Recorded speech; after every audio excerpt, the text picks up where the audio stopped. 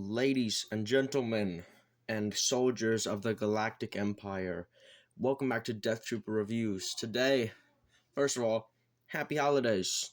I know Christmas was 3 days ago now. 2 days ago, sorry. I think I'm a little bit slower now. I'm not feeling too great. But we gotta press on. We gotta march to conquer the galaxy together. But happy holidays. I know I'm a little bit late, and we're just not coming back. So we got a banger video today. We're talking about the Hammond Collection Therizinosaurus. Now, this thing's such a beast, the whole thing won't fit on camera, so we're gonna have to get a closer look. Now, Jurassic World Dominion, a lot of people love it, or no, a lot of people hate it, sorry. I personally love the movie, so you will fight me until I die on this hill, but I love this figure. Part of the reason is because I love the movie, and I loved the adaptation of the Therizinosaurus in the movie. So, yeah, without further ado, let's stop yapping and start yapping about the figure. So we're going to start with the sculpting job, starting with the head right here, of course.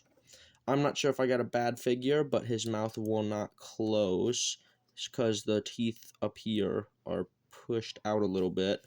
But we're not really going to worry about that. I'm not going to have him with his mouth closed anyway. So we can see a lot of detail in the head sculpt. A lot of good detailing went in with the feathering on the back of the head here, the glass eyes respectively on Hammond Collection. The lower jaw doesn't really fade well down into the rest of the paint job of the neck. It actually switches colors from tan to gray, which does kind of suck. They should have at least done a fade in or out or whatever you want to call it. I like the fade from the tan of the beak into the green here. It's really effective. Sorry, I don't know how well you can see it. The camera's being a little stupid. The beak down on the bottom is the same color as the rest of the jaw, which is lame, honestly.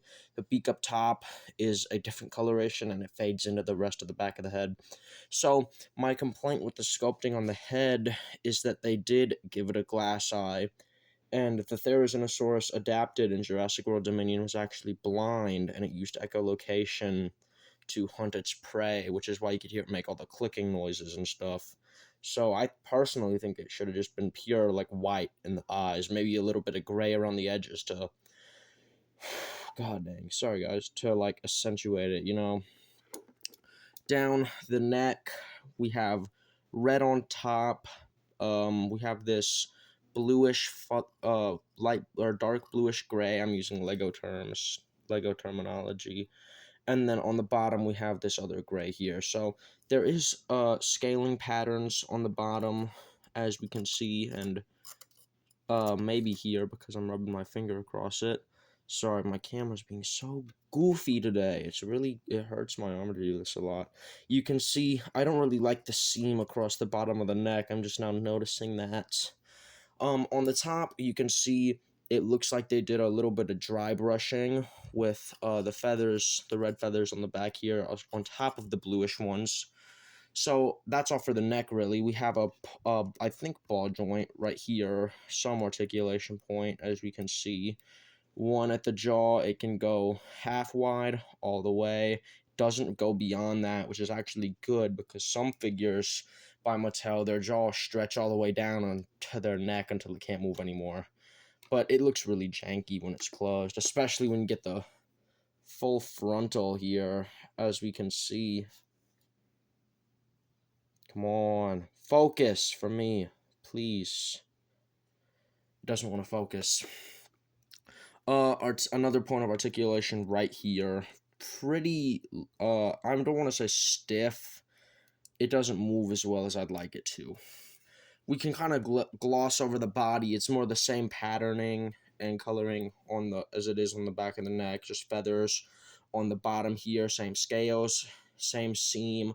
Giving me flashbacks a little bit to the Hasbro ones with the bullet holes in there, if we remember that whole charade.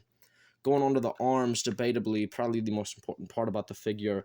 They got it spot on. I love the feathers on the shoulders, even though it turns to not connect. There is a joint right here. Oh, that's a really stiff one. I don't want to play with that at all. That's gonna break right off.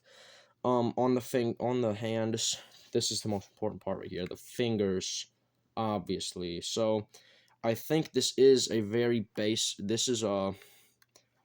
What joint is this? We're being a little janky today. It goes like this. It'll turn. I don't think that's a ball joint. Fingers have the same kind of joint. They're super stiff. They're really difficult to move, which is kind of garbage, honestly. I love the paint job that they did on the hands and fingers. It does make it look really bony and like keratin, like it actually grew out of this creature, and it does a really good job like portraying how it looked in Dominion. Away from the arms, another point of articulation here, on each of the fingers for the claw, and right there at the base of the hand. And then, sorry again, guys, I'm a little bit under the weather today. Legs, pretty basic. God dang, it's so hard to fit this on my recording scene. The joints at the legs are really, really bad. They're really hard to move. They're super, like, stiff. Not really here so much, but especially down here, these things never move. I don't even try to mess with those at all. Maybe down at the feet, I'll sometimes try to toy around with it. The feet have pretty much the same detailing as any other big theropod in the Hammond Collection line. Nothing too much. Tail, same as the whole rest of the back of the creature. It's posable with bendy wire. It's actually pretty effective in terms of posing. So when we set it back down on my desk, that's the pose I have on it. It's just like the thrashing pose. Stand up. You're not DIA yet, soldier. You're not KIA yet, soldier. Does have problems standing. Another one of my little gripes with the figure, but it's nothing too like major, of course. So, in comparison to the other Hammond Collection dinosaurs to which I have reviewed, this stands somewhat between the Corythosaurus and Blue. I think I ranked Blue a 7 out of 10 and the Corythosaurus a 3 out of 10. I'd say this is a 6 out of 10 figure because for value, I picked this up on sale for $20 at Target because I was not going to pay full price for this, but I say I got a pretty good deal for it. It's definitely worth it if you can find it on sale to pick one up. But I would say I don't think it's worth paying the full $40 for it. I'd say you should probably wait for the price to go down like mine did.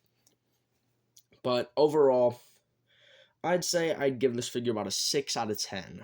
Because the value isn't exactly there. It's a little bit less detailed than some of the other Hammond collections I've reviewed before.